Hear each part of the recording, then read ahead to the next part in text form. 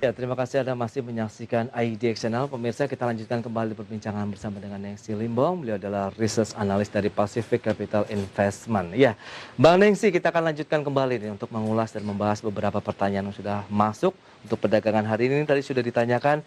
Selanjutnya, Pak Tikuk ini di Jakarta. Selamat sore, menanyakan HMSP. Kalau sudah punya posisi di 1045, satu pekan akan bergerak kemana nih Mbak Nengsi? Silakan. Oke, menarik ya, Ya, punya di uh, lowers in 1045. 1 year, 1045. Kemungkinan Oke. ini bakal rebound ke level 1165. 1165. Wow, dalam satu Iya, pekan begitu?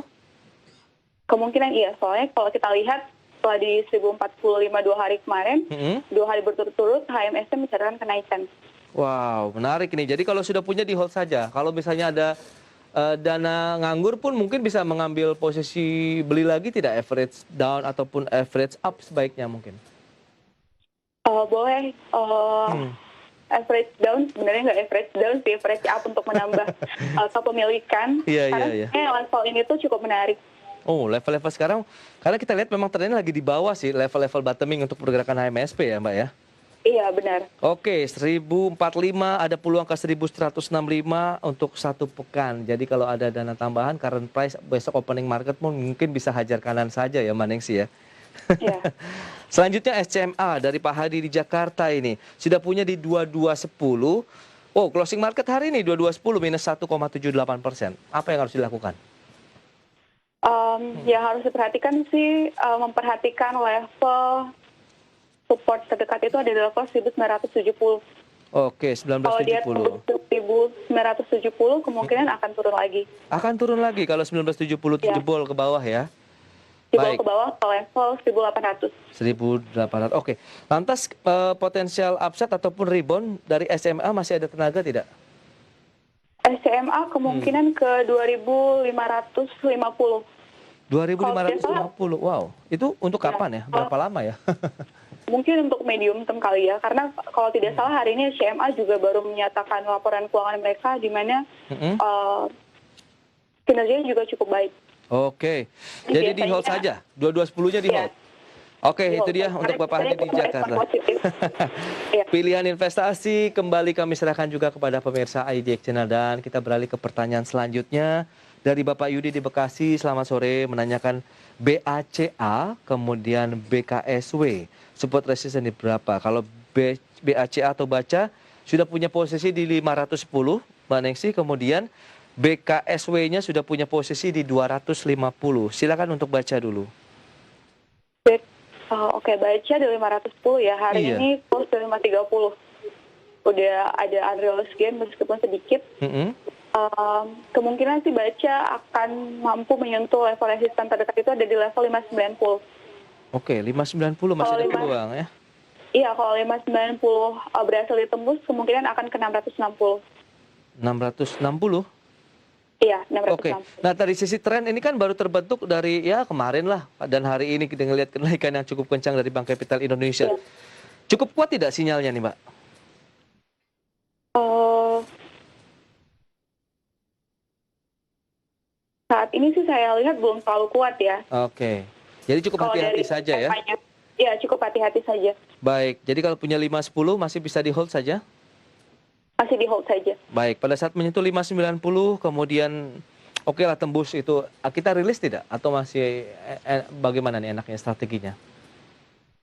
Dirilis aja tapi sebagian. Oke, dirilis sebagian pada saat menyentuh 590, berarti tidak perlu Ya. khawatir dengan kepemilikan di 510 ya. Untuk BACA pun ini sudah ada keuntungan 20 poin begitu. Selanjutnya BKSW di 250 bagaimana nih?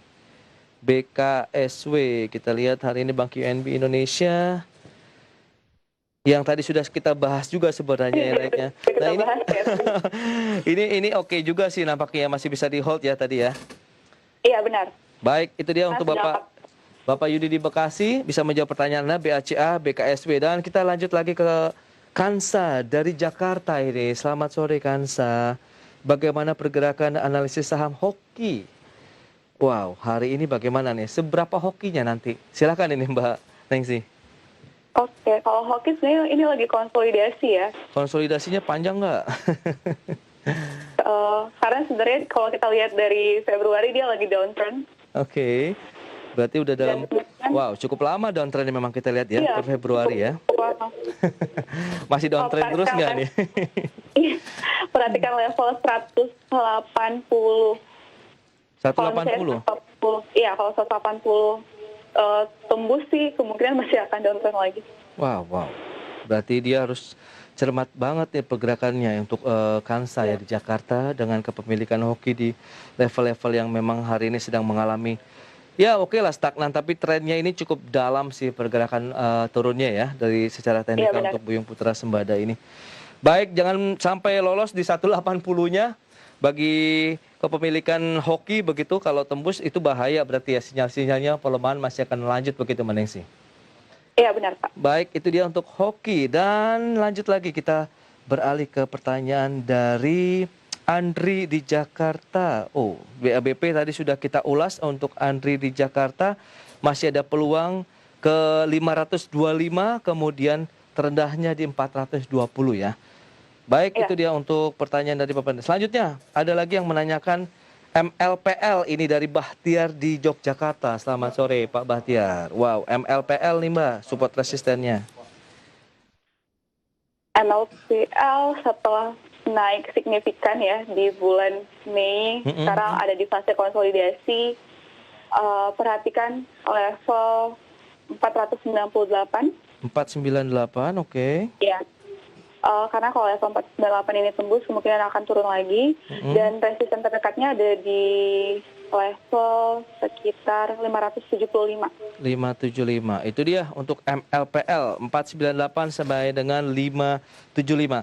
Singkat saja sebelum kita mengakhiri hari ini untuk dialognya, Mbak Nengsi, untuk pergerakan indeks harga saham gabungan esok hari akan melaju lebih tinggi lagi kah di atas 6.130?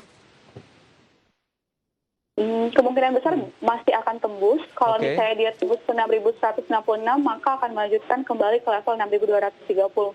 Tapi di tengah kenaikannya signifikan 2 hari ini, biasanya investor sering untuk melakukan aksi profit taking. Itu dia, memang pada saat menyentuh level 6.100 sana lah paling tidak begitu ya.